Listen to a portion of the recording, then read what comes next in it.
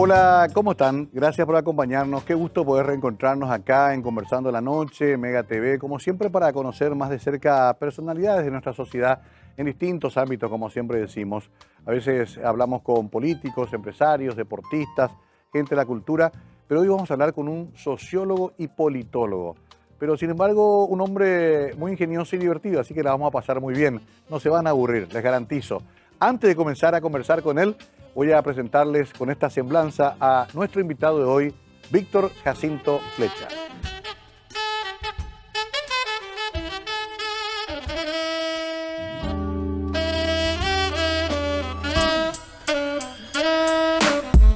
Víctor Jacinto Flecha nació en 1943, es de profesión sociólogo y politólogo, presidente de la Fundación Augusto Roa Bastos, miembro de la directiva del Pen Club del Paraguay y vicepresidente de la Asociación de Historiadores de América Latina y el Caribe, DILAC.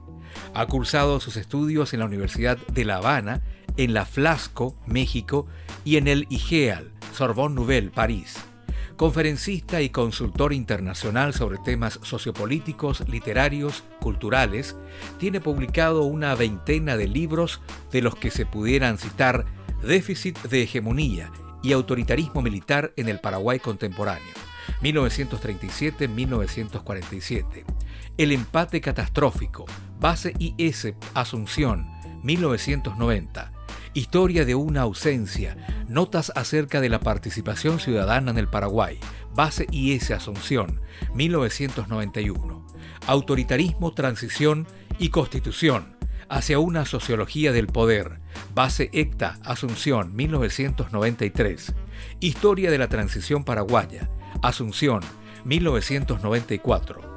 2001 Odisea de la Juventud Paraguaya, UNESCO, Asunción, 2001. Texto y contexto, breve historia del Paraguay, 1811-2011. Editora Servilibro, Asunción, 2012. Historia de la industria en el Paraguay, 1811-2011.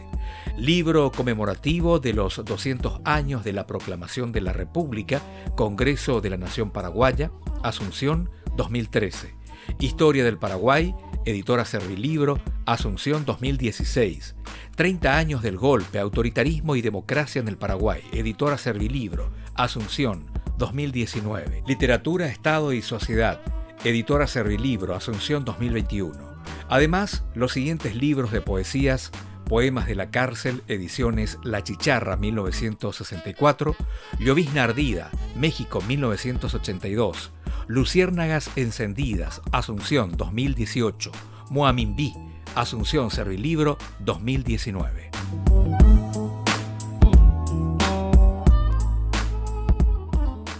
Bueno, querido Víctor, qué gusto tenerte acá. Buenas noches, ¿cómo estás? Buenas noches, Mario. El gusto y el placer es mío. Era un amigo, con Mario tengo una relación de amistad increíble. Cuando yo digo, desde que éramos jóvenes y hermosos, y ahora somos ya maduritos, pero seguimos siendo hermosos. Me encanta esa introducción. Sí, ya me acuerdo, una de las primeras memorias que tengo de vos es en Última Hora, donde colaborabas Sí, también, sí, claro. hacías tus columnas, tus páginas, el correo semanal, bueno, muchas veces también en la cátedra, con los movimientos sociales, En los con movimientos estudiantiles, en los movimientos estudiantiles. sociales, en todos los movimientos culturales de la Sí, década del 60. sí, porque Eh, vos también, a ver, si bien sos sociólogo y politólogo, también tenés tu vertiente poética, literaria, claro, eh, tengo 5 libros de de poesía. poesía. Mm, Bueno, los otros de estudios y ensayo, este año, el último que publiqué, creo que era el número 25, 26 libros que estoy Y publicando. también historiador. Historiador. Hago sociología de la historia, Ajá. que es diferente, digamos. Normalmente el historiador, sobre todo aquí, Mm, te cuenta el caso, sí. pero nadie te analiza por qué no se dio de otra forma, cuáles fueron las formas cuál fue el equipo que triunfó, cuál fue el grupo que triunfó Ajá. porque siempre hay contradicciones, hay cosas, y eso es lo que yo trato de explicar en mi libro de historia. Sobre todo, ahí tengo un libro de historia del Paraguay que es la tercera edición que está llevando, Sí. y está dedicado casi a las jóvenes, a los jóvenes de secundaria ya, Ajá. lo que van a decir bachillerato, y para las universidades. y aparentemente, por lo menos tiene la tercera edición, así que yo digo Claro. Ah, algo funcionó bien. algo Ahora, funcionó. en época de la dictadura, ¿cuál fue tu posición? Obviamente, luchaste contra ella, pero ¿dónde militabas? Bueno, primero yo no milité en ninguna parte, militaba ese movimiento juvenil. Ah, okey. Después yo milité por un tiempo dentro del Partido Comunista, me metí en la clandestinidad con Sí. ellos, digamos, le Ajá. apoyaba, digamos, ¿Era prorruso o prochino? prorruso. Porque así fuera antes. Sí, sí, pero prorruso. Ya. Eh, pero fue un corto tiempo, Sí. bueno, pues te digo, pero milité, porque creía que en ese momento Mm, no había otra forma de militar realmente ujú. que a través de grupos clandestinos. Sí. Me acuerdo que, el Paraguay estaba tan asfixiado que la gente buscaba esos espacios, ¿no? Claro, esos espacios, Sí. pequeñas cosas, eran lugares donde realmente, y aún así en la década del 60, el movimiento cultural fue la simiente de nuestra democracia. Increíble, ¿no? Ahí se peleó, ahí se vivió una democracia realmente muy diferente. Ahí tuvimos otras ideas, tuvimos otra cosmovisión. Mm. Y s- Todos, ¿no? Desde Roabasta hasta Colombino, René todos, Dávalos, era un crisol, ¿no? todo era un crisol así. Y yo en esa época, bueno, tuve la suerte del destino, como suelo decir yo. Yo publiqué mi primer libro de poemas en el 64, Sí. 63, 64. Ajá. Se llamaba Poemas de la cárcel, que era una de las experiencias tantas veces que uno Claro que iba. conoció en la época, te llevaban cualquier te llevaban, bueno. Sí. Entonces, eso llegó a la Sociedad de Escritores de Praga, el librito, Mm. y me invitaron a una conferencia internacional. ¿No te imaginas irte a Praga ya en el 67, La antigua Checoslovaquia. Checoslovaquia, irte te digo, era imposible regresar jamás nunca aquí? Claro. Entonces yo les dije a ellos que aceptaría con una condición, que me pagaran ellos que la Sociedad de Escritores me pagara una beca, que me quedara en París a estudiar francés. Entonces yo tenía el pretexto donde me fui a Francia a estudiar francés. Ah, mira vos. ¿Y aceptaron? Y sí, claro, aceptaron. Y vos sabes que además no te pegaba nada el pasaporte, nada, nada. Bueno, y yo volví a Francia y fui a París, digamos. Habré llegado en septiembre del 67. Qué bárbaro. Y no, lo importante es que eso me inscribí en la universidad a estudiar francés. Había un curso de francés ahí. Sí. Y y en mayo del Llega 68 la gran comienza, fue el gran mayo del 68. de Y Francia. mi visión de mundo, mi visión de mi práctica de vida Cambió. se formó ahí en ese Claro. lugar.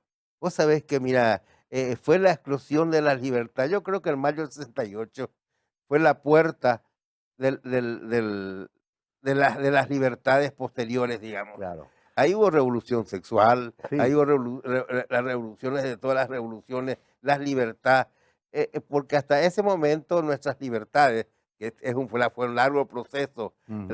la obtención de las libertades. La Revolución Francesa reconoció al hombre que era el que nacía libre, pero solo votaba la gente que tenía propiedades. Claro. Claro. Los obreros quedaron otra vez aparte. Después de la Comuna de París es que lograron más o menos que los obreros que se expandiera el voto en la población masculina, Sí. Y masculina. después otra vez estaba Y la después la conquista. larga lucha femenina. Con el 68 se logra la libertad individual, tu elección individual, tu elección de vida, tu elección de cosas y que te respeten, Claro. el Qué respeto al increíble, ¿no? individuo. Estuviste en el momento exacto, en el lugar preciso, te llevó la vida a esa experiencia, pero de hecho toda tu actividad académica, de Y investigación, siempre te llevó a lugares bastante especiales, ¿no? mira, me llevó varias cosas, te digo, a mí el exilio también me llevó a varios. Yo tuve muchos años de exilio. Sí, claro. Eh, Estuviste en Cuba. yo estuve en Cuba, Ajá. yo viví en Cuba casi 5 años. Entonces, cuando llegué a Cuba, yo pedí, porque pasó lo siguiente. Ajá. Yo había pedido mi exilio a Lima, Sí. a Perú, Fui a Perú y hubo un cambio, a los pocos meses hubo un cambio gubernamental. Y comenzaron a perseguir a todos los exiliados, sobre todo chilenos, argentinos, que eran del VER, que eran Claro. de estos movimientos armados, digamos. Y comenzaron, y llegó la policía. Yo había dado un domicilio que no era mi domicilio, porque tenía que dar un domicilio legal. Sí. Y un amigo me prestó su domicilio, digamos. Ajá. Y fueron ahí. Y ellos no vivieron. Y fue la policía paraguaya con la peruana. Qué bárbaro, ¿no? No, para que vos veas, esta policía, porque eran colegas en Panamá. Sí, entiendo. Entonces se pedían los favores y fueron ahí. Era una forma de plan Cóndor también ya. Claro, Que después, es el plan Cóndor, el Claro. plan Cóndor se expandió. Entonces, ahí yo comencé a buscar otro lugar de refugio. Además, me obligaron a ir todos los días a firmar, así como se hace acá sí, a firmar a la policía. Y en ese momento, fue abril del 76 que se descubre la OPM aquí. ajá, Y nadie tenía idea de nada. Y yo voy a un vernissage sí, y ahí le conocí al agregado cultural cubano. Me presentaron. sí. Seguía me preguntó qué estaba pasando, le dije, y le expliqué un poco todo esto de quién era la OPM, quién era Ujú. Yo tenía bastante, bueno. Y me dice todo sorprendido, ¿y usted me puede escribir un informe? Sí, cómo no, le dije. Y al otro día, pues, habíamos hablado de la situación de los exiliados, de cosas. Yo le dije que estaba buscando un refugio en algún lugar, está en Suecia, en Suiza, en Claro. Francia. Y viene y me dice, Francia le ofrece el exilio. Francia. No, digo, perdón. Cuba. Cuba le ofrece Mira vos. Cuba le ofrece el exilio y me fui a Cuba. Ahí te fuiste a Cuba. Ahí iba a Cuba, y en Cuba yo pedí estudiar economía política. Increíble, qué vida aventurera y, Sí. y dicharachera, pero vamos a hacer una pausa. Y además me encanta porque lo recordás con alegría, porque no habrá sido fácil. No pero fue fácil, pero fue realmente el destino te da. Que te fue llevando. ¿Lo conociste a Fidel? Sí. Un tipo interesante. Un tipo encantador. Ajá. Y la última vez que yo lo he visto a Fidel, Sí. yo lo he visto en Paraguay. Cuando vino acá. En la casa de Roa. Mirá vos. En casa de Roa. Aquella histórica visita. La histórica visita que hizo Roa a la casa a la que visitó a Roa y le invitó a ir a Cuba. Sí, todavía gobierno Nicanor. Todavía el gobierno de Nicanor. Ajá. Bueno, es la Asunción de Nicanor. Exacto. Era exacto. Asunción de Nicanor. Sí, sí, que él se hospedó ahí en un hotel del centro. Sí, sí, ¿Sabe? sí, sí. Qué increíble, ¿no? Bueno, vamos a hablar enseguida de eso también con Víctor Jacinto. Casi dije Ricardo por el apellido. Después le voy a preguntar de dónde son los Flecha de la familia de Víctor. ¿Quién es su papá, su mamá? ¿Por qué él tuvo esa formación tan fuerte en humanidades?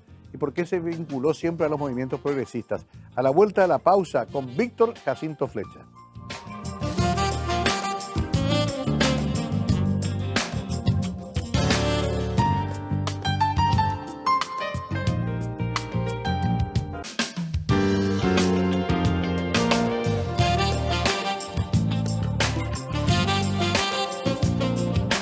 Víctor Jacinto Flecha con nosotros, protagonista central también de esos años de la transición, trabajó mucho con un grupo de intelectuales para ese momento tan complicado de nuestra historia reciente, que fue pasar de una dictadura de 35 años a un modelo de construcción de una democracia que se sigue perfeccionando. Me acuerdo que trabajaste mucho con Carlos María Franco, con Martini, con todo ese equipo. ¿No? Con nosotros agarramos un equipo, mira, fíjate vos que tuvimos la suerte de reunirnos, gente con una sólida formación en el exterior. Sí. Es decir, en las mejores universidades se formaron esta gente, este equipo de grupo, y comenzamos a trabajar intensamente en el análisis, no solo de la dictadura, sino esa perspectiva. Nosotros publicamos 3 libros con Carlos Martínez, sí, sobre la transición. ¿Y Carlos María, cómo era el apellido? Carlos María... porque yo dije Franco, no está bien. No, Franco. Carlos María... Uy. Se nos fue a los dos. Tranquilo. No, además, como me acostumbro a decirle Carlos María. Claro. Riquelme. No, No, tampoco. Igual no Rivarola, importa, ya nos va a venir enseguida. Digo nomás, hacían los diálogos cívico-militares y compañía, ¿no? él Sí, se especializaba, especialmente, él trabajaba muy bien sí, sí, sí. en ¿Y qué esos días, pensaban los militares? Porque éramos como compartimento de estanco, nunca habíamos hablado con ellos. ¿no? Y por primera vez se abrió eso para hablar. El primero que abrió eso también fue un historiador, periodista de ABC, Seifergel, CFG. Alfredo. Alfredo Ujú. recopiló todos los militares de la década del 40 y 50. Cierto, cierto. Y después Carlos María, que comenzó a trabajar se especializó en el problema militar. Sí. Eh, Bueno, y después los de Rodríguez no- Alcalá, noso- José no- no- Carlos, Guido y compañía, ¿no? nosotros nos especializamos, José Carlos, Carlos Martini, yo y otras cosas, nos especializamos en la cuestión social, digamos, en la Correcto. sociedad civil. Había que reconstruir todo en ese momento, ¿no? Todo, todo, todo, todo, Ujú. todo. Eh, Ahora tenemos cuando los 30 años de la caída de Stroessner, el único festejo de los 30 años de la caída de Stroessner Sí, fue la publicación de nuestro libro con Carlos Martini. correcto. Hace 30 años que se juntó una cantidad Lo enorme, recibí. fue el gran festejo, pero eh, para mí fue muy importante y cada vez más. Nosotros hicimos esta publicación, es una crónica, Ujú. y la crónica te permite eh, contar las cosas y que la gente reconstruya. La gente piensa y analice y reconstruya lo que pasó, digamos. Totalmente. Ese es un problema que se suele señalar, querido Víctor Jacinto. Pareciera que no nos animamos todavía a profundizar el estudio de la historia más reciente. ¿Por qué pasa eso? Primero, todavía estamos demasiado embuidos en eso Sí, y tenemos que trabajar nosotros mismos para producir mm, una. Para nosotros la crónica fue la forma más fácil, digamos, de contar todo. claro, Pues es muy complejo los distintos poderes. Hasta ahora no se ha dilucidizado mejor el hecho del golpe. mm, Porque el golpe al final de cuentas fueron los propios, el propio capital estronista que de sí, repente se vio estrechado, no pudo más y entonces ahí, y además estaba a destiempo. ajá, Ya estaba a destiempo, ya estaba. claro. Pero el golpe se produce internamente otra vez entre ellos, ¿no? Es Claro, el consuegro de Stroessner, ¿no? El que lo golpea. y sí, porque bueno, también hay un largo trabajo, los Estados Unidos estuvo muy presente en ese golpe. Mm. Anteriormente los Estados Unidos trabajó para la conformación de este encuentro, de esta conjunción del Partido Liberal, el Partido Federalista, el Mopoco, El acuerdo nacional. el Nacional, Claro. los demócratas cristianos. Ajá. Sí, ahí, Entonces, eh, ahí hubo, y pensando todavía en las elecciones.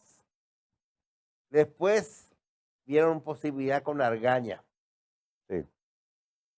cuando cuando Strong le echa El Poder Judicial. del Poder Judicial. Sí. Y por último, cuando al corazón del poder, Fuerza Armada. Fuerzas Armadas. ¿Y a Claro. quién? A su comandante. Su comandante tenía una larga historia, según decía, bueno, Claro. él tenía sus negocios y los negocios comenzaron a tener otra Claro. cuestión y le Lo perdonaron. blanquean. Sí, Mm. lo blanquearon. Por eso es que mucha gente ahora está asustada porque el Departamento de Estado designó a Cartes, designó a Babu Velázquez. Siempre lo han hecho, ¿no? Toda la vida. De la época de la Guerra del Pero Chaco, te digo, ahí intervinieron directamente contra Oviedo. por ejemplo. Pero, había una embajadora que vino justamente a que caiga Oviedo. Me Trabajó acuerdo. directamente con eso. Sí. Bueno, voy desordenadamente porque tu vida es muy azarosa. ¿De dónde son los Flecha? ¿Por qué tu familia, vos en tu casa ya fuiste una persona interesada en lo social siempre? Mi familia viene de Valenzuela. Ajá. Mi bisabuelo fue canciller de la Ah, República a principios del siglo ¿el XX. apellido Flecha Juan o...? Cancio Flecha, Ok. ¿Qué Juan era? Ca- ¿Colorado o liberal? liberal, Ajá. Juan Cancio ¿Y tu Flecha. papá? Mi papá estuvo perseguido en el 47 Ah, eh, y tuvo que irse. ya, Entonces nos quedamos solos y al final de cuentas abandonó a mi madre y me quedé yo solo y mi madre se volvió a casar ya. y nosotros somos 11 hermanos. Qué bárbaro. Entre el primer matrimonio y Y segundo el de tu primer madre. matrimonio soy el único, El único. el Ah, único, el qué, único. qué Eh, increíble esa historia. ¿Y vinieron a Asunción ya después de estar en Valenzuela? no, bueno, ya siempre vino a Asunción, mi papá ya Ajá. vino, mi abuelo se casó con una de San José de los Arroyos, Ujú. se llamaba Ana Rojas de Aranda, eran Ya. de los Rojas de Aranda. O sea, conocer la infraestructura del interior, la cultura campesina paraguaya también profundamente. Rural, Mira, mis abuelas y mis tías eran todas maestras, toda gente claro. de formación intelectual de la época. En mi casa había libros Sí. y sabes que ellos tenían hablaban un guaraní maravilloso y un Ajá. español maravilloso que te corregía ahí Qué al curioso. instante. Bueno, Qué curioso. esa es la parte paterna. Y la parte materna, mi abuelo era de Itagua, ebanista de profesión, Ujú. hacía preciosuras de muebles. Yo Ajá. todavía tengo en mi casa, yo tengo todavía algunos muebles de él. Qué increíble, ¿no? Un Es una artesano. belleza, pero una belleza increíble. Y bueno, y él era además anarquista Qué increíble, ¿no? y Y leía mucho, ya. leía el diario. Bueno. Y mi mamá ella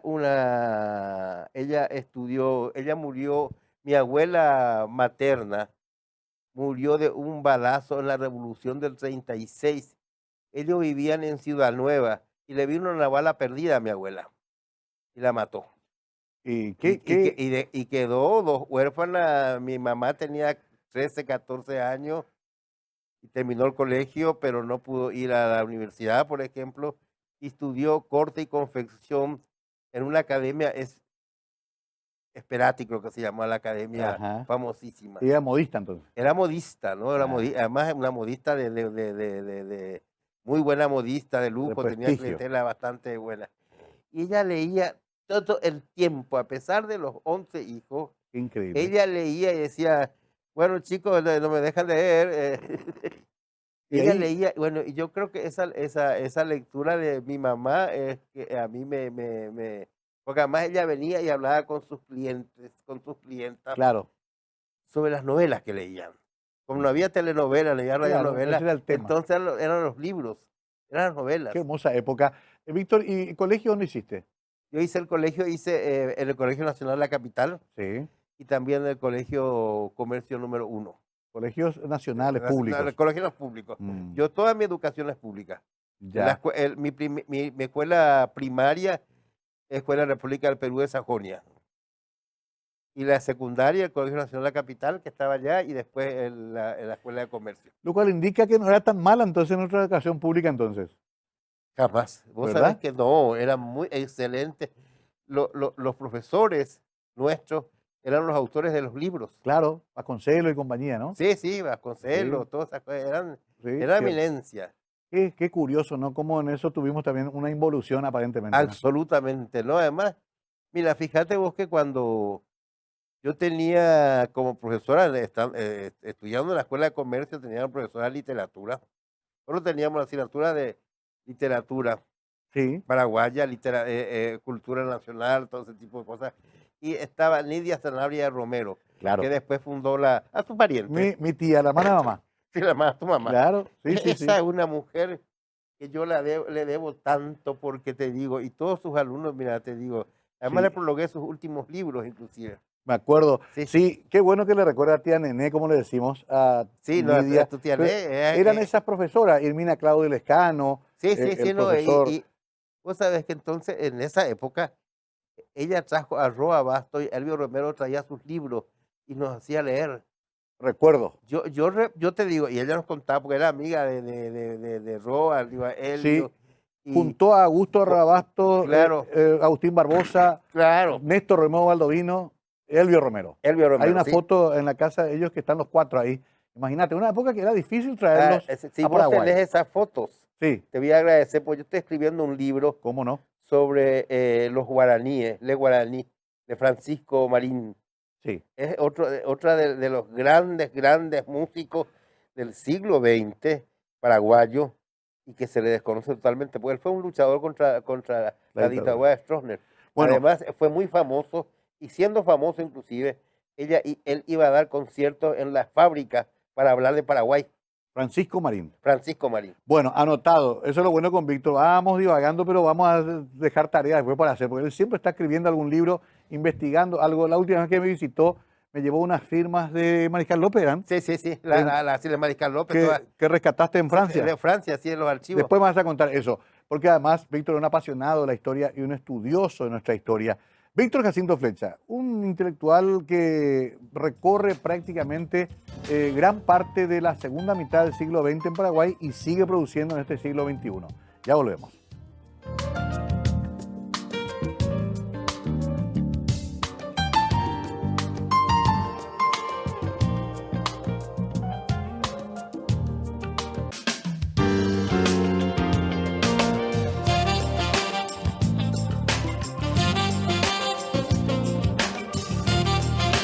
Hace tanto no nos encontramos con Víctor que salen a borbotones los temas.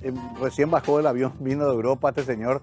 Me acordé ahora, Carlos María Lescano, Carlos María Lescano, tenés razón. nuestro amigo. Carlos María Un Lescano. gran persona, se fue muy rápido Se fue lastimosamente. muy rápido, vos sabés que. Ujú.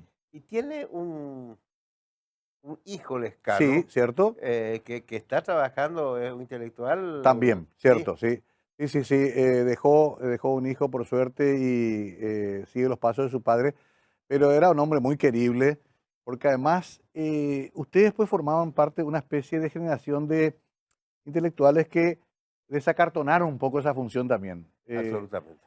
Se acercaban más a la gente, eh, tenían la costumbre de salir, iban a los lugares de reunión nocturna de la juventud.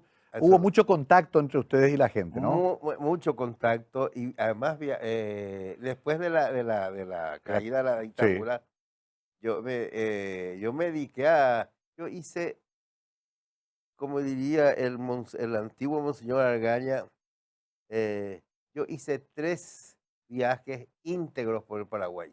mm, Visité todos los municipios, visité todos los lugares, conversé con la gente. qué interesante. Yo tuve un acercamiento extraordinario porque tuve la suerte, mira, una de las últimas grandes, cuando hubo, después del marzo paraguayo, Sí, que se cambió el gobierno, yo presenté un proyecto de hacer un programa de gobierno consensuado con toda la población.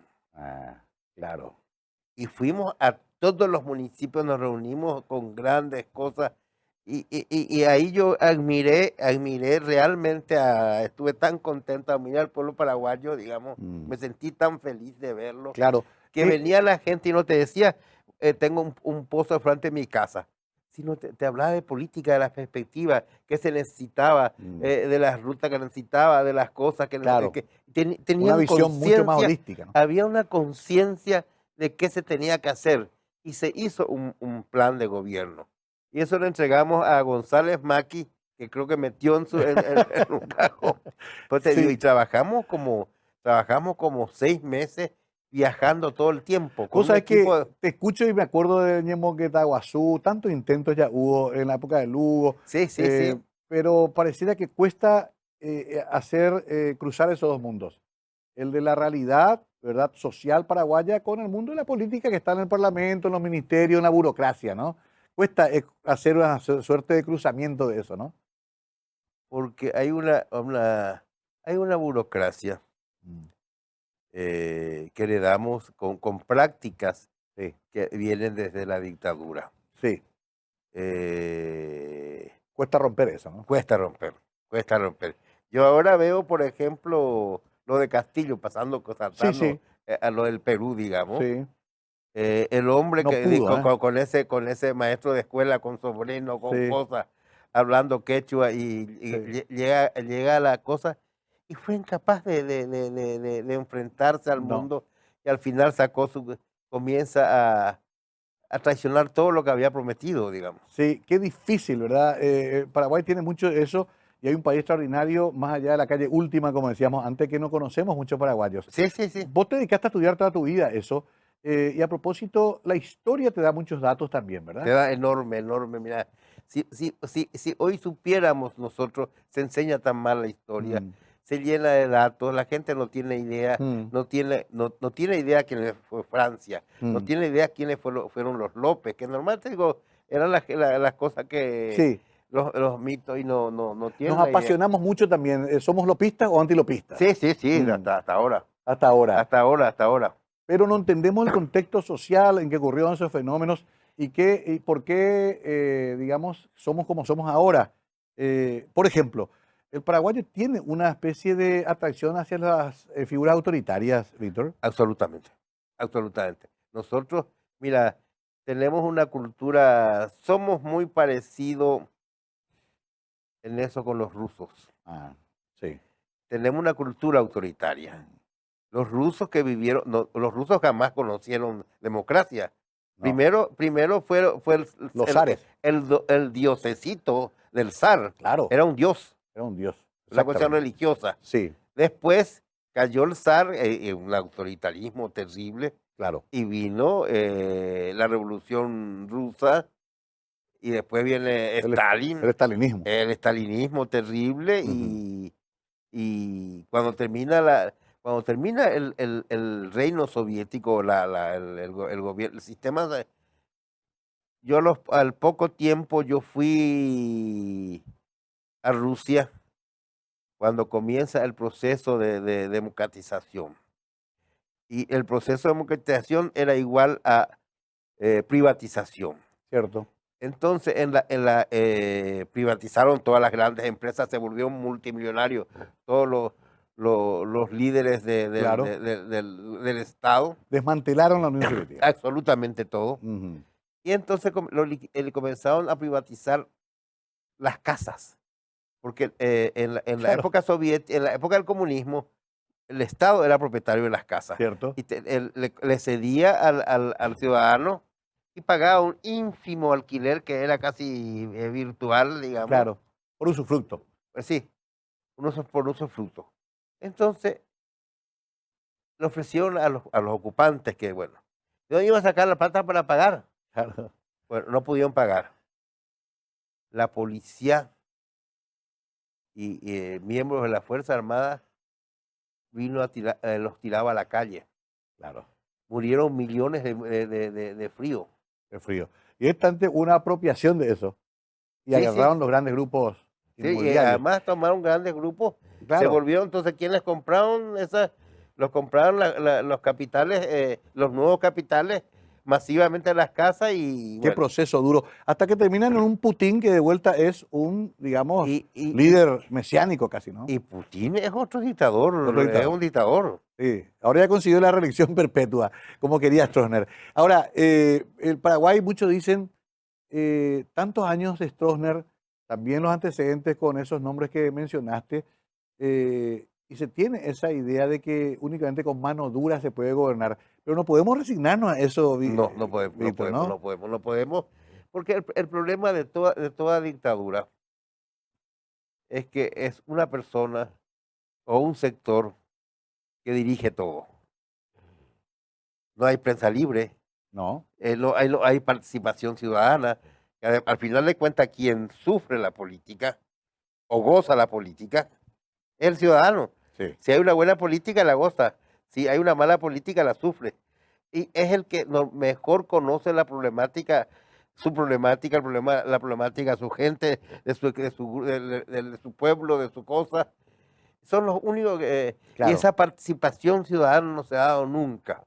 No, algunos la desprestigian. Algunos dicen, no sirve de nada esta democracia si finalmente no resuelve los Claro. problemas sociales. Eso es peligroso también. Es muy peligroso. Sobre todo, mira, ahora hay una campaña de desprestigiar. Es cierto que hay un desprestigio interno y que puedo explicar Sí. de las organizaciones no gubernamentales, Ajá. que trabajan con la sociedad, Claro. pero los colorados, los Sí. presidentes de seccionales, Sí. bueno, crearon la forma de tragarse plata. Y crearon ONG, fue reconocida la ONG y que a Claro. través de la ONG, bueno, vos te diste cuenta, hace unos días terminó el proceso a dos ex viceministros de Agricultura, Sí. que crearon ONG para sacar toda la plata.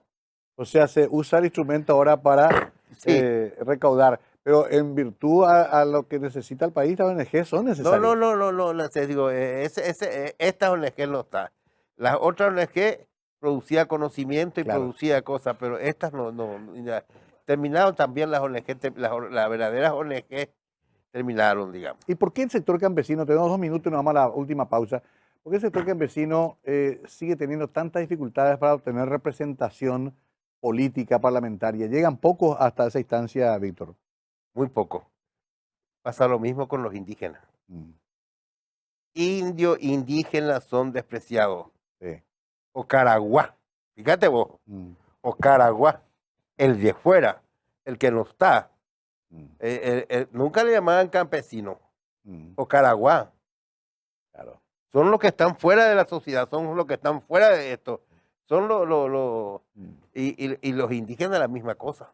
Qué increíble porque además hay una retórica supuestamente muy halagüeña Campesina, hay una claro. retórica de los indígenas, hay retórica de patriotismo, de patriotismo y pero la clase política, las élites no le dejan pasar. absolutamente. Vamos a una breve pausa. Víctor Jacinto Flecha, un hombre apasionante porque, reitero, se puede hablar de todo con él. No va a alcanzar este tiempo, pero por lo menos le vamos a dar unas ideas para su biografía no autorizada. Víctor Jacinto Flecha con nosotros, un amigo muy querido, pero además una persona admirable por su capacidad intelectual. Ya volvemos.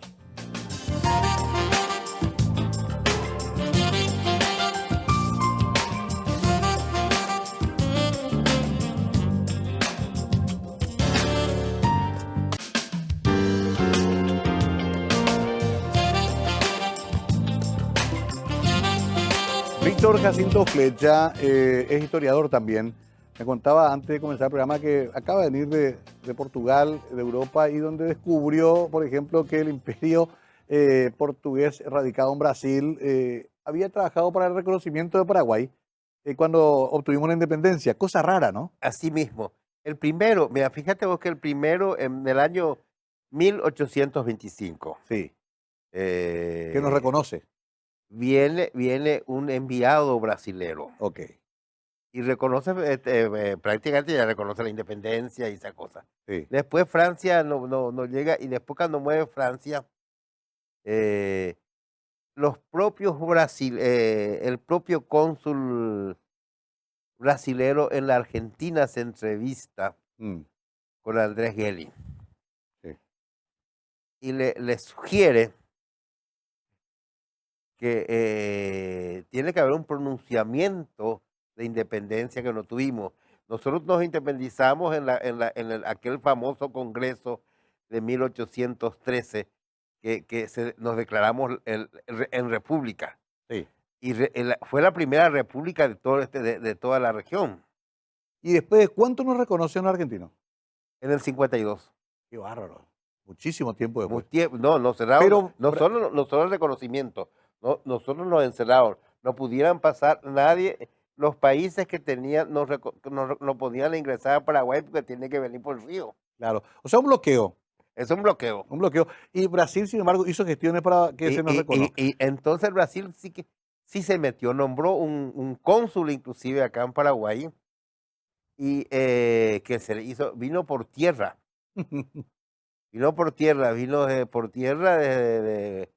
no sé cómo, y por tierra, y acá se le recibió se hizo arcos de triunfo, se hizo una gran Claro. fiesta y hubo, llama la atención, se presentó una obra de teatro, Ah, sí. sí, Alegórica para y recibir, supongo que sí, claro, en no dice homenaje a eso, él. habla la información que tengo es que habla de que dentro de los festejos hubo, y se iluminaron las calles, ¿viste? Se le habrán puesto Lámparas, estas lámparas de velas de cebo. claro, exactamente, que era la iluminación. A ver, y el otro tema que me acuerdo mucho que una vez me mostraste esos documentos con firmas del mariscal, esa era la gestión del mariscal como diplomático en Europa, ¿qué era eso?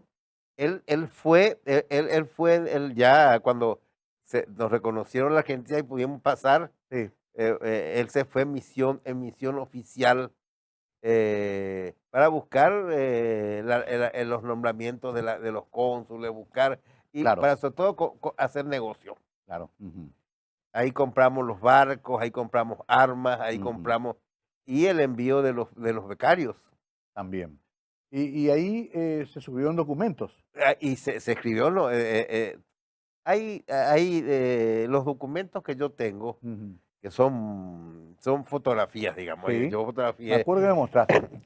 yo trabajé durante 3 años, hice 3 viajes. Eso está en el Archivo Nacional de Francia. Está en el archivo del Ministerio de Relaciones Exteriores de, de Francia. Claro, Y hay documentos maravillosos. Hay una cosa que quiero publicar ahora porque me parece que tengo que publicarla, un documento en defensa, es decir, explicando la guerra de la Triple Alianza. interesante. Muy interesante. Es el único documento oficial que yo conozco que realmente explica qué es lo que está pasando en la guerra. En la guerra. ¿Y cómo es que no desaparecimos en esa guerra, Víctor? Y nos desaparecimos de esa guerra porque primero, yo creo que por lo mismo que siempre tuvo, apoyaba a veces Brasil a Paraguay, digamos, Ajá. es que si fuera por Brasil hubiéramos desaparecido, Mm, digamos.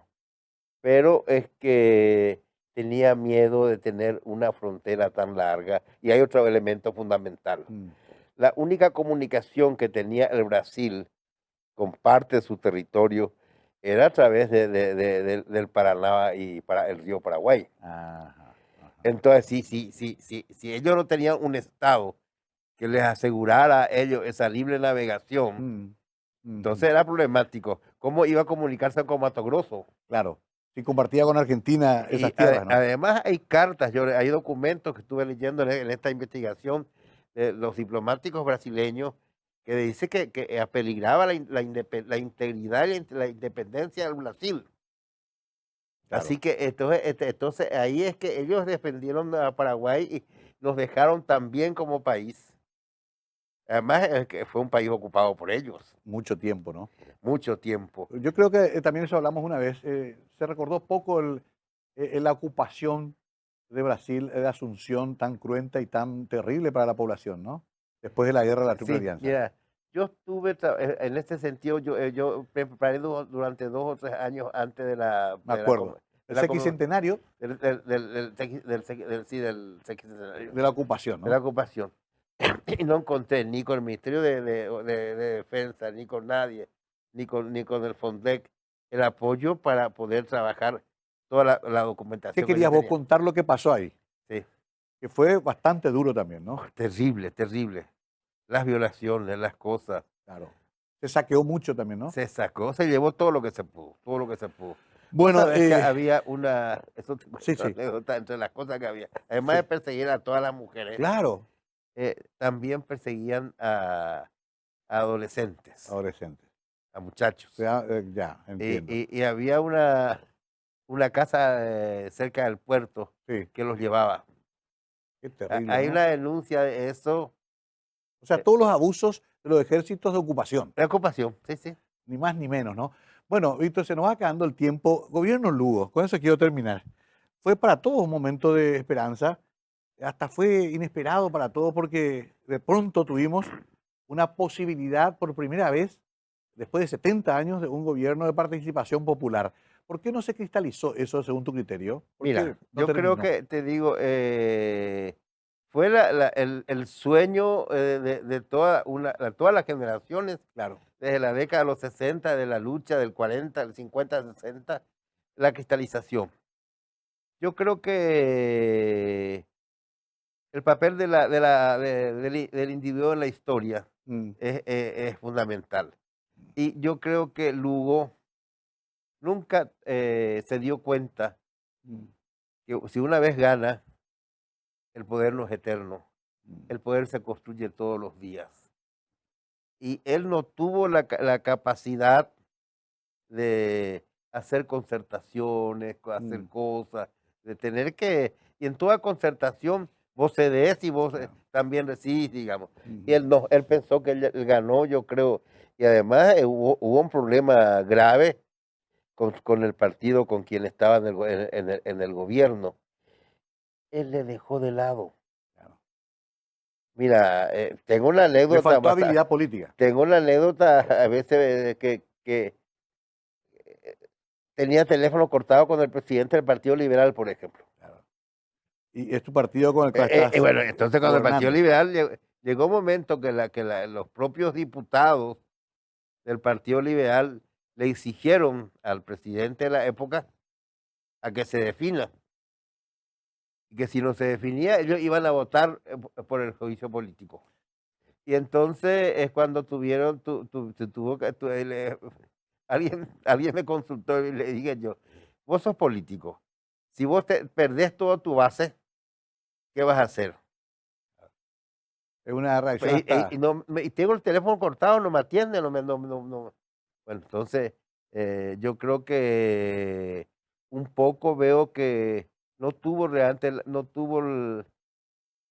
fue político, no tuvo la suficiente intuición de cómo debía comportarse como para avanzar con ese proyecto. Y se perdió una gran oportunidad. Y se perdió una gran oportunidad. Bueno, Víctor, se nos fue el tiempo, así nomás esto en televisión, pero ojalá que sea el comienzo de una serie de charlas contigo, siempre es un gusto enorme, te veo bien, te veo fuerte, activo, estás escribiendo siempre. Estoy trabajando. Nunca parás. No paré. ¿Cuántos años tenés, Víctor? 80 años voy a cumplir el próximo año. Espero la invitación, porque solés hacer fiesta de cumpleaños. No, y esta vez sí voy a hacer una gran fiesta. Por la pandemia se suspendió. 80 por la pandemia, no voy a hacer una fiesta. Bueno, los 80 me ofrezco como yo te voy a llamar y te voy a exigir que venga, porque yo quiero reunir a todos mis amigos. Hay que festejar, porque además la vida es la que se festeja. Totalmente. Víctor Jacinto Flecha, qué historia, ¿no? Y cuánto que hablar, que pensar, reflexionar para entender mejor nuestro país que tanto amamos, pero que tanto nos duele también muchas veces. Gracias, Víctor, por venir. Gracias a vos, Mario. Fue un placer realmente encontrarme. Sabés que estos tus encuentros son como los encuentros de café, que uno se va y conversa de todo y está feliz de estar compartiendo con un amigo. Gracias, Víctor Jacinto Flecha. Gracias a ustedes por acompañarnos durante casi una hora en esta serie de Conversando la Noche, que todos los días presenta a personajes de nuestra actividad social, cultural y otros ámbitos. Hoy disfrutábamos de Víctor Jacinto Flecha. Gracias. Buenas noches.